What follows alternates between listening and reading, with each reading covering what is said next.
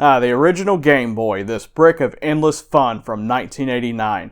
Those of us who were born in this generation have countless fond memories of this system for one reason or another, but we're older now. You know what that means? Our eyes suck.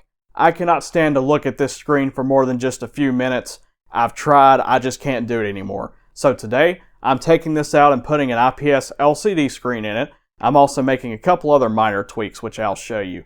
Yeah, there are a billion ways to play Game Boy games out there now, but having something this robust in your hand, something to hold on to, as opposed to a dinky little smartphone or emulation handheld, this just hits different. So let's get on with it.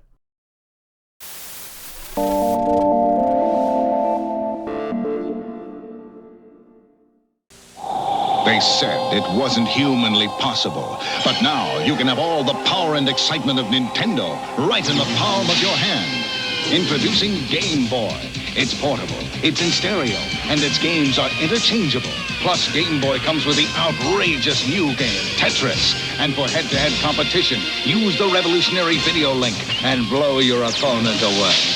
Game Boy, only from Nintendo. Now you're playing with power, portable power. I've wanted to do this with an original Game Boy for a good while now, and I've got this gray one here which is in absolutely immaculate condition. But it was given to me by my brother-in-law, and this belonged to him as a kid growing up. So for the sake of history and nostalgia, I really don't want to touch anything on this one. This needs to stay totally stock. So yeah, I was just out game hunting one day. We walked into a Play It Games in Columbus, Ohio, and I came across this really cool Play It Loud model. Never had one of these before, this really awesome green color. They made me a pretty decent deal on it, but they clearly didn't even bother turning it on when they bought it from whoever, because this thing was totally caked in battery acid on the inside when I got it. Guys, this is common sense. You're a video game store. If you take a game console in, try turning the damn thing on.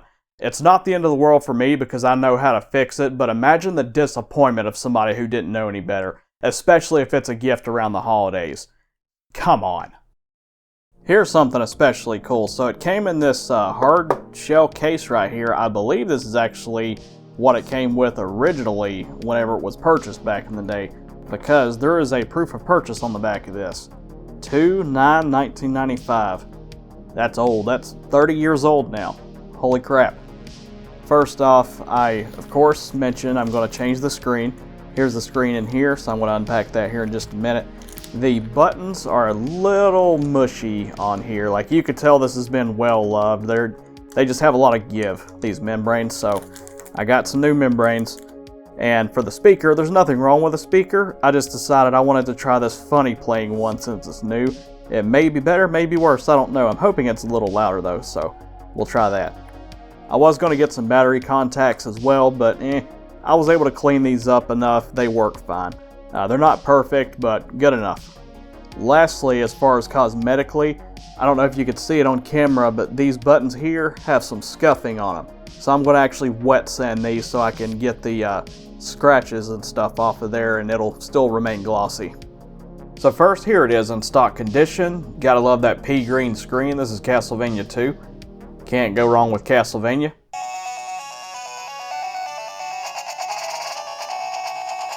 As you can see, this screen bezel also makes it very reflective, which definitely doesn't help.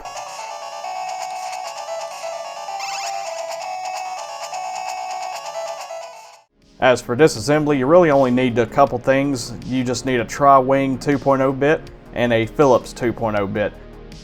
I believe I got this toolkit right here for video game systems on Amazon. It wasn't too expensive, but yeah, there's security bits in there. It has everything you need. So let's open it up. So you have 6 Tri-Wing screws. That's all you really need this Tri-Wing bit for, and the rest on the inside are Phillips.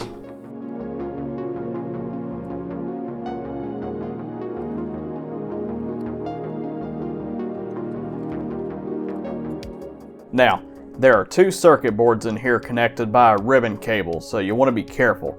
I like doing this motion right here, okay? Good. And there's a ribbon cable, as you can see right there. So very carefully, just pull it out. You may have to work it a little bit if it's in there tight. And we're going to replace this entire board right here. So you have Phillips head screws everywhere on this board. Let's get this thing apart.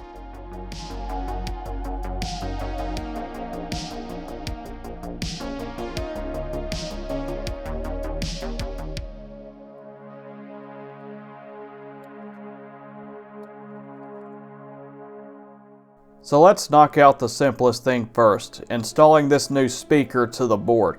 This is the control board. This will also power the LCD. So here's your controls, and you're going to solder this speaker to these two contact points right here. It doesn't matter what the polarity is of the wires. So we're going to get out our big bad soldering iron. I promise this is super easy. I'm no electronics technician or anything, and if I can do it, I know you can do it. This is also the only thing you'll need a soldering iron for. Once your soldering iron is on and heated up, all you have to do is first just tin the tip a little bit with solder, then clean off the tip here. Now you'll want to do the same with the speaker wire. Just add a little bit of solder to tin them, and this will make connecting the speaker quick and easy. Now you want to do the same with these two contacts. Just add some solder to them like you did with the speaker wire, and it should look like this. Be sure you don't bridge the connection. You do not want these two solder points touching.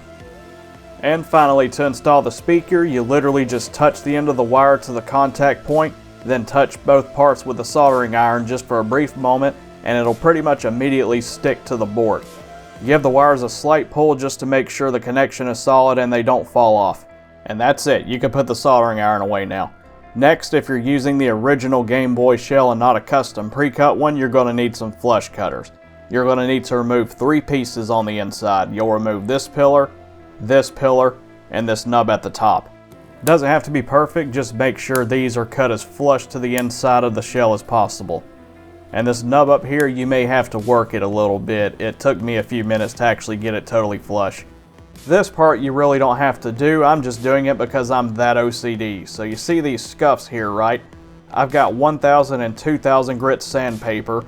First, starting with 1000, just very gently rub the surface of the button a little bit, then go over it again with the 2000 grit. Okay, good. Now what I like to do as well is take these micro mesh pads and go over it a little bit to make it extra smooth. These go all the way up to 12,000 grit. Again, totally optional. I'm pretty much the only person I've ever seen actually do this. And off camera, I wet sanded them as well. They won't be totally glossy like they were before, but after some hours of play and finger oils and stuff, it should get back to being shiny again.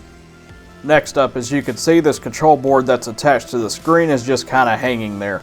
I don't know why in the heck they didn't just stick it on from the get-go, but they gave us some double-sided tape, so just put some on and attach it.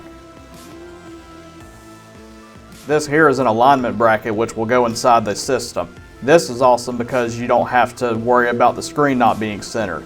Again, take some double-sided tape and put it on the thick section on the bottom of this bracket. I forgot to film it, but you'll need to take the small ribbon cable that's on the screen and attach it to the control board. Fold the screen over so it's facing the controls.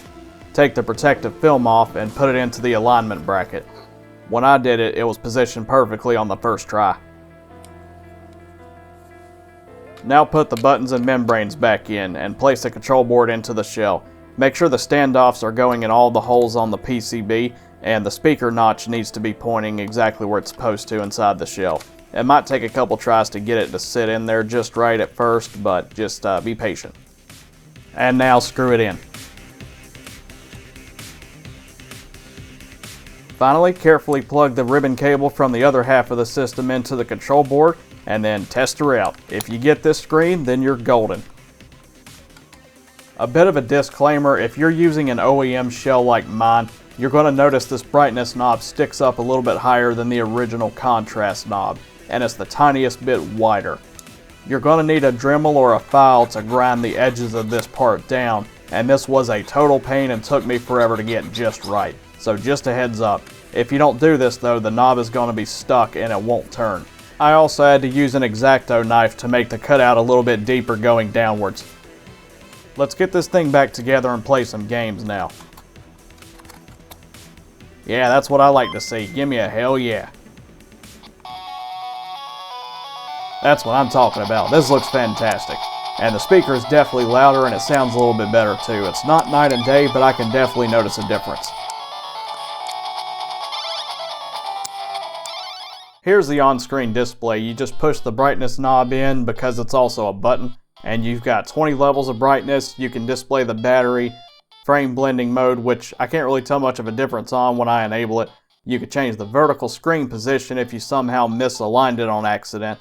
You have pixel effect filters, which I don't see much point of. I think it makes the screen look worse. And you have over 30 different color palette modes. Yeah, it's not a Game Boy Color, it's an original Game Boy, but you can still kinda sorta have color.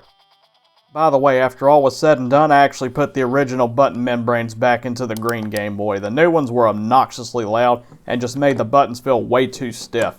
The originals are fine though. Here's a side-by-side.